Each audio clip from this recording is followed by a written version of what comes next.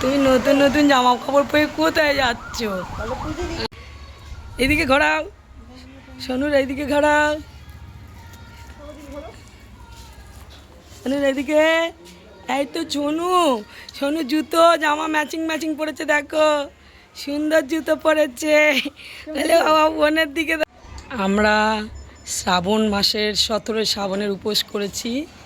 রবিবারের ব্লগ বিকেল থেকে শুরু করলাম, এখন বাজে 4:30।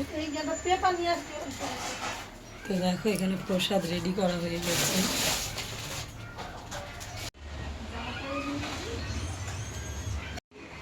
সোনু আমাদের সাথে পুজো দিতে যাচ্ছে, সোনু যাচ্ছে, সোনুর বাবা ঠাম্মি মা আর বাবাটা খেলছে।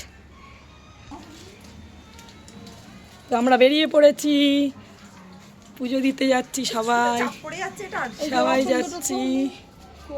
এই দেখো নষ্ট হয়ে গেছে না, চলো চলো চলো চলো, আমরা চলে যাচ্ছি পুজো দিতে, তোমরা বাড়িতে থাকো। খালি পায়ে যাচ্ছ মা? জুতো পরেছি। তুমি খালি পায়ে এসো, তুমি তো উপোস করেছো। বাকির প্যাকেটটা চাইবে তাহলে মনে হচ্ছে বাকির প্যাকেটটা চাইবে তাহলে মনে হচ্ছে হাতটা দিয়ে ধরবে, দেখো সিংহের গামলাটা। আম্ব বলা আম্ব বাবা, শোনো পাপা।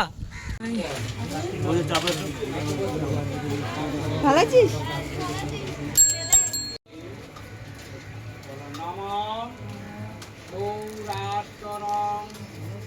তো বন্ধুরা আমরা মন্দিরে চলে আসলাম, অলরেডি পুজো চলছে, দুপুর 12টা দিয়ে পুজো চলছিল।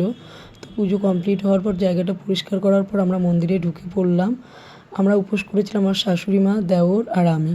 আমার জায়ের ছোট বাচ্চা তো উপোস করতে পারবে না, পুজোর ডালাগুলো দিয়ে এখানে বসে পড়লাম মন্দিরের মধ্যে সবাই। পুজো করে না পুরো মনটা শান্তি হয়ে গেল, এত সুন্দর পুজোটা দিলাম।